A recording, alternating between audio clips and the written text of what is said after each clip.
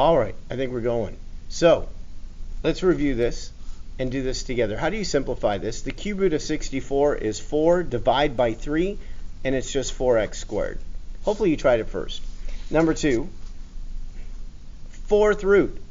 I'm going to change this to a cube root. Can you do that for me so we can practice it? I don't have a fourth root on the exam for you, I promise. Change that to a cube root.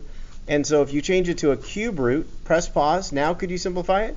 That's 8 times 2, because you know the cube root of 8.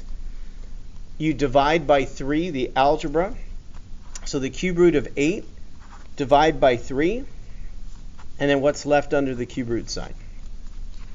Number 3, multiple choice. No multiple choice on the exam, just so you know. But how would you do that? You only could break down x cubed to x squared times x. The square root of x squared is x. What's left over is this root 17x, so the answer is B. Try it first, try it first, try it first. I'm going to go super fast. This is square root of 36, divide. So this is going to be 8 and 1. So the square root of x to the 8 is 4, and x is left over. So what do we got? Square root of 36 is 6, silly. There it is. 6x to the 4. And the square root of x. Done. Number 5. Again, no multiple choice on the exam, so don't even care about that. How do I write that as an exponent? So the power is 18. The denominator is 9. That's a fraction. Divide it, and it's x squared. Express this in its simplest form. We're going to simplify it first. When we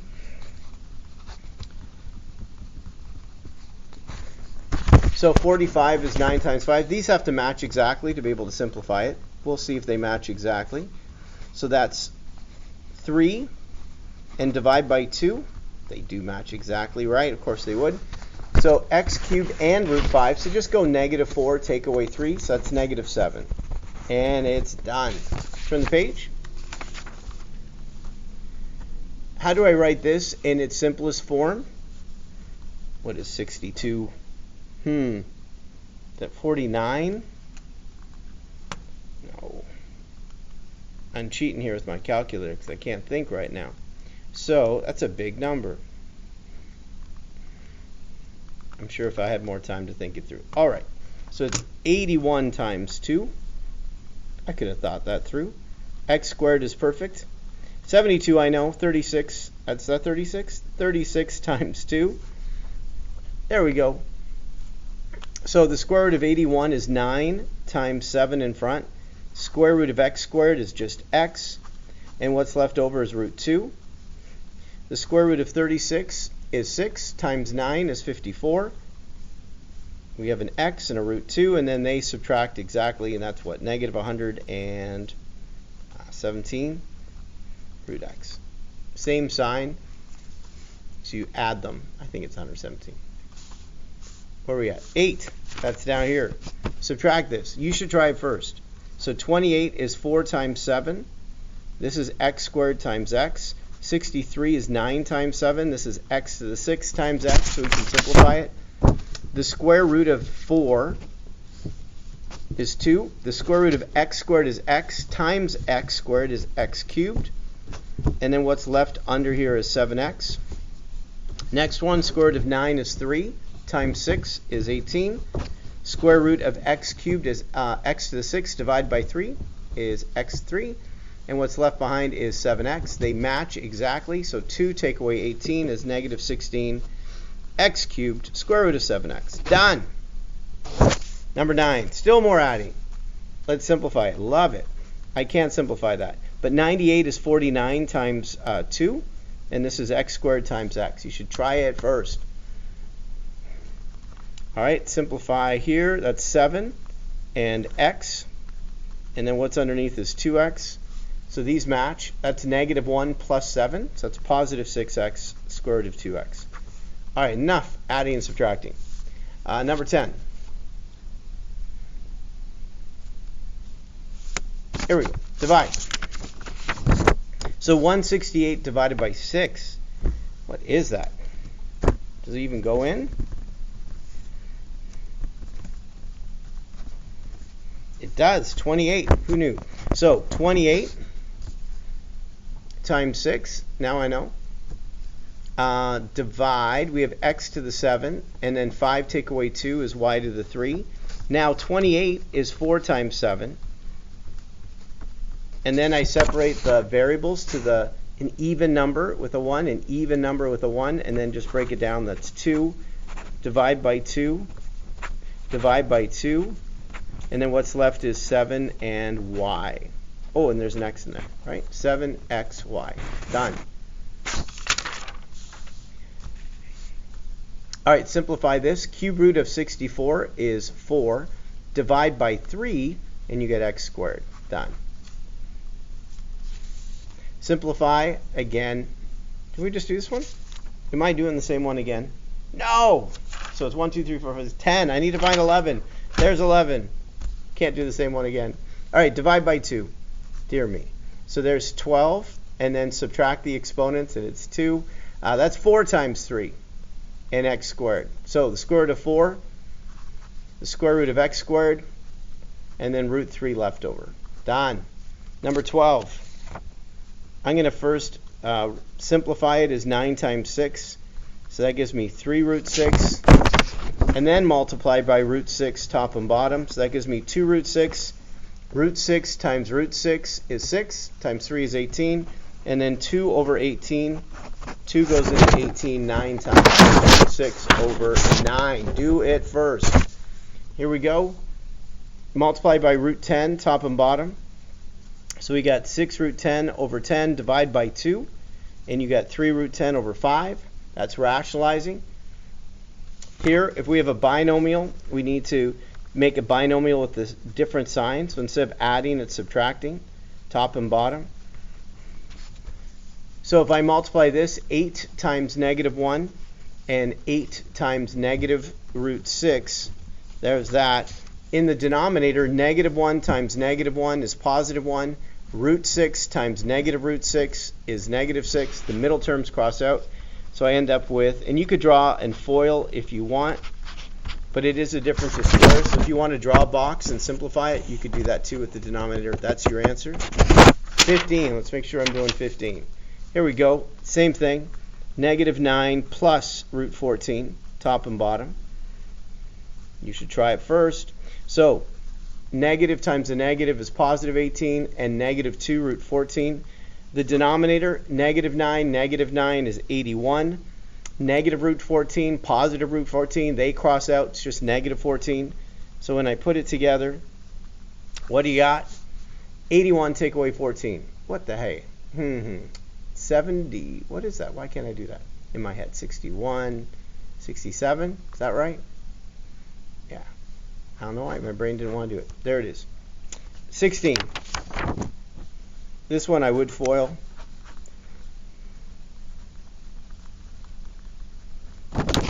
So 1 minus that. So this is 1. This is negative x root 2. This is negative x root 2. Now when we multiply this, a negative times a negative is positive. That's x squared. And root 2 times root 2 is 2. So this is 2x squared. There are 2x root 2 and a positive 1. Don't make it too complicated. Number 17, again, we're going to FOIL this out. So we have root 3 and root 10. We have root 3 and root 10. So this is root 3 times root 3 is 3. This is root 30. This is root 30. And that's 10. So if I add it together, it's 13 and 2 root 30, and there's your answer. Number 18. Now this is a difference of squares, so I just need to go first times first, that's 10. Last times last, that's negative 7. So the answer is 3. 19. There it is. Hey, write this as a radical. That's the fourth root of x to the fifth, or the fourth root to the 5. Both are correct. Number 20. Clear up. There you go. Write that as an exponent. So the root is the denominator and the power is the numerator. 21. Evaluate the left side and the right. Find a in the equation to the simplest form. Okay, just subtract the exponents. We need common denominators, so we need to multiply by 6, top and bottom. So by multiplying by 6, I got 12 over 6. I have 5 over 6. And so when I subtract the exponents, 12 take away 5, I get 7 over 6. And that's what a equals. A is 7 over 6. So I got common denominators, I subtracted, and that's what A equals. 22, same idea. I'm going to multiply this together. That's 36 over 25, and that's it. That's what A is. A is 36 over 25. Know when to multiply or add common denominators. Number 23, if we're multiplying, we need to get common denominators to add the exponents. So I'm going to multiply by 2. That's 6 over 4 and 5 over 4. And then I'm going to add, so that gives me 11 over 4. That's what A is, 11 over 4. All right, can you solve equations? We're going to add 11. And then I'm going to square both sides. So I got 5x plus 29 equaling 9. Subtract 29, and I got negative 20. So x is equal to negative 4. If I plug negative 4 back in here, 5 times negative 4 is negative 20 plus 29. That's a positive answer. And take away 11 will give you negative 11, negative 8. So that's a good answer. You should write out showing the work, but I don't have time right now. So add 16, and I got the square root of 2x plus 6 equaling 2. Square both sides. I got 2x plus 6 equaling 4. Subtract 6. Divide, and I got negative 1. When you plug negative 1 back in, you get the square root of 4 is 2. It totally works. You should double check my work. 26. I got to square both sides, which means I got to FOIL. That means you should draw a box. X plus 7 and x plus 7. So I get x squared, 7x, and 49. So we have 9x plus 45 is equal to x squared plus 14x plus 49. Don't go as fast as me. Make it equal to 0 because it's a quadratic, so we got to subtract 9x. So 14 take away 9, that's 5. We got to subtract 45, that's 4. And then when I factor this out, I get x plus 4 and x plus 1. Now, just because the two answers are negative doesn't mean they're bad.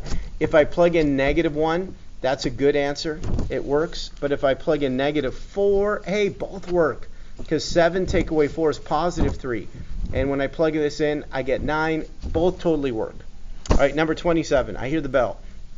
I'm going to square this. You're going to FOIL it. You should press pause and try it first. So I got 39 take away 5x. If you FOIL this, you get x squared minus 18x plus 81. Trust me, you should try it. Make it equal to 0. Add 5x. Subtract 39. Oh, 41. Oh, we got 42, right? Factor it, so that's negative 6, negative 7. So the two answers I get are positive 6 and positive 7. Positive 6, no good, because it gives you a negative answer. Positive 7, no good, because it gives you a negative answer. Because 6 take away 9 and 7 take away 9, you can't have a square root equal to negative number. There is no solution, because both answers don't work. 28. Square both sides. You should FOIL this, but I know I can do this in my head. That's x squared minus 6x plus 9. Make it equal to 0, so we're going to add 4x. That's negative. We're going to subtract 49, and then I'm going to factor it. Is that right? Or is it 33? What am I doing? 35. Ugh. Okay, so the two numbers are negative 7 and positive 5. So the two answers are 7 and negative 5 when you solve it. 7 is a good answer. Negative 5 gives you a negative answer there. So you have one good answer there, which is x equals 7. You should check your work. All right, 29, and this will end it. Graphing. All right, so I'm going to rewrite the equation down here, and then we're going to go through the steps of how do you graph this. So A is negative 2, H is negative 2, and K is 5. For a square root, we use the point 0, 0, 1, 1, and 4, 2. And we're going to change these points. So we're going to subtract 2 to every x. And I'm going to multiply and then add 5. So 1 times negative 2 and add 5. 2 times negative 2 and add 5. Then those are the points I'm going to put on my graph. So negative 2, 5. Negative 1, 3. And 2, 1. And I'm going to draw the curve using those. The domain goes from your x coordinate, your h. So it's negative 2 to infinity.